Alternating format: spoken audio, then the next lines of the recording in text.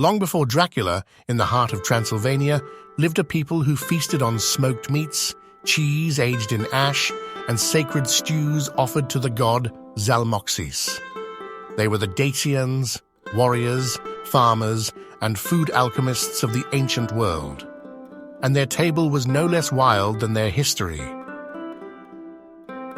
Nestled in the Carpathian Mountains, Dacia, modern-day Romania, was a land of forests, rivers, and fertile plains. Their geography shaped their diet. They farmed barley, wheat, and millet. They raised sheep and goats, hunted wild boar and deer, and foraged intensely from their lush forests.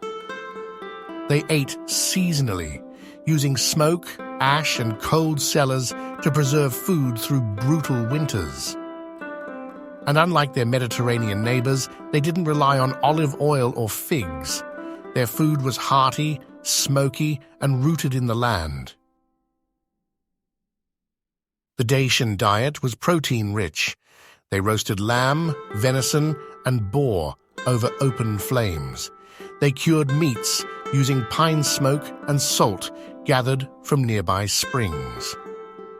Meat was often eaten with bread or porridges made of barley or millet, much like the Roman Poles, but far more rustic. Dacians also crafted cheese from sheep's milk, storing it in bark, animal skins, or ash. Ash-aged cheese was not just a preservative technique, it enhanced flavor, and the minerals aided digestion. Interestingly, they used honey as a natural sweetener and preservative, centuries before sugar arrived in Europe. Grains were the Dacians' lifeline. They made simple flatbreads from barley and rye, sometimes leavened with wild herbs or ashes. Bread was both daily fare and sacred ritual, offered in temples or used in burial feasts. Unlike the wine-loving Romans, Dacians were famed for their beer. Fermented from barley or spelt, Dacian beer was thick, cloudy, and often flavored with herbs or wild fruit. The Roman historian Cassius Dio even mocked them for their barbarian brews, but it got the job done.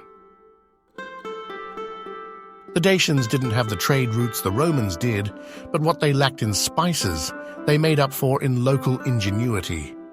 They used wild garlic, thyme, nettles, horseradish, and juniper berries to season food. Mushrooms, chestnuts, and hazelnuts were gathered and stored. They even used fir tree resin in primitive chewing gum.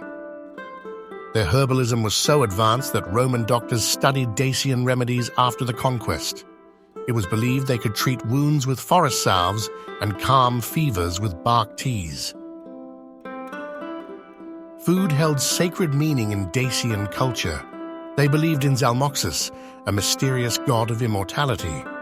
Meals were often accompanied by prayers and small offerings, meat or bread tossed into the fire. Elders were fed first, and sacred stews were prepared for seasonal festivals.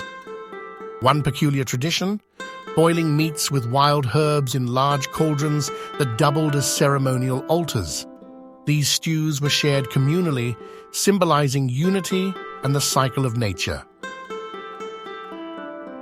The Romans eventually conquered Dacia under Emperor Trajan in 106 AD, and the culinary clash began. Roman wine replaced beer in elite circles.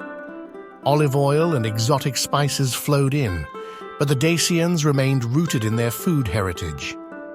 Roman records show surprise at the Dacians' use of blood in sausage, their fermented dairy products, and the sheer simplicity of their feasts. Compared to Roman garum, truffles, and peacock tongues, Dacian cuisine was humble, but never bland. In fact, many traditional Romanian dishes today, like mamaliga, cornmeal mush, sarmale, cabbage rolls, and smoked sausages, carry the Dacian DNA. Dacian cuisine was more than survival. It was an expression of place, season, and spirit. Their ash-aged cheese, blood sausages, and barley stews have echoes in modern Balkan and Carpathian food today.